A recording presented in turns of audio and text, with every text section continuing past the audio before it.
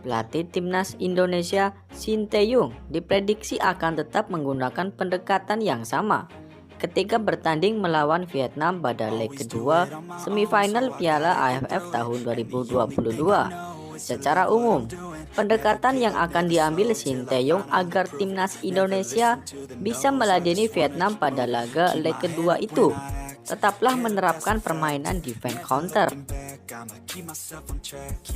Hal ini tak jauh berbeda dengan taktik skuad merah putih ketika ditahan imbang Vietnam pada laga yang berlangsung di Stadion Utama Gelora Bung Karno. Dalam duel itu, kedua tim harus puas berbagi poin karena laga terakhir tanpa gol. Padahal timnas Indonesia menciptakan lebih banyak peluang ketimbang Vietnam. Untuk laga kedua, skuad Garuda pantang bermain terbuka.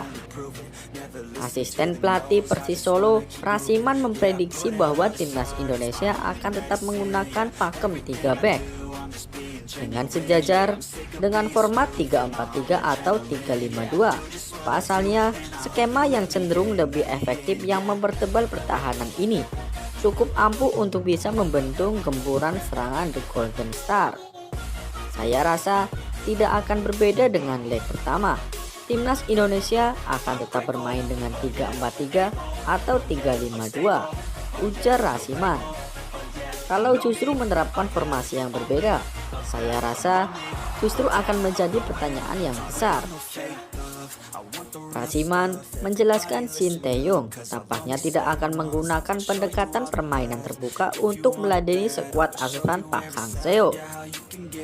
Sebab jika skema ini digunakan, jarak antar pemain timnas Indonesia akan lebih merenggang. Situasi semacam ini menjadi lebih mudah ditembus oleh para pemain Vietnam.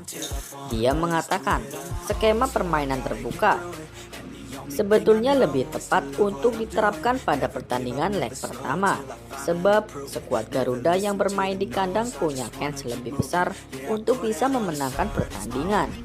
Kalau di kandang Vietnam kita bermain terbuka, yaitu justru yang mereka harapkan. Seharusnya kita menghendaki permainan terbuka di kandang sendiri karena chance kita untuk menang lebih besar. Kalau kita bisa menekan lawan dan mencetak gol, maka mereka terpaksa keluar. Lanjutnya, pelatih yang kini tengah menempuh kursus lisensi AFC Pro itu mengatakan skuad Garuda masih terlalu memberikan respek terhadap lawan yang cenderung kuat.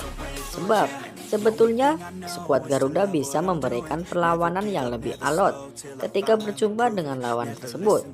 Terbukti, mereka bisa kerepotan ketika menghadapi tekanan dari Witan Sulaiman dan kawan-kawan. Pertandingan leg kedua antara Vietnam melawan Indonesia akan berlangsung di Stadion Maidin Hanoi. Akan menjadi momen penentuan bagi kedua tim. Timnas Indonesia memang masih punya kans besar untuk lolos, sebab skuad Garuda hanya butuh hasil imbang dengan mencetak gol jika ingin unggul via sistem gol tandang, ujarnya.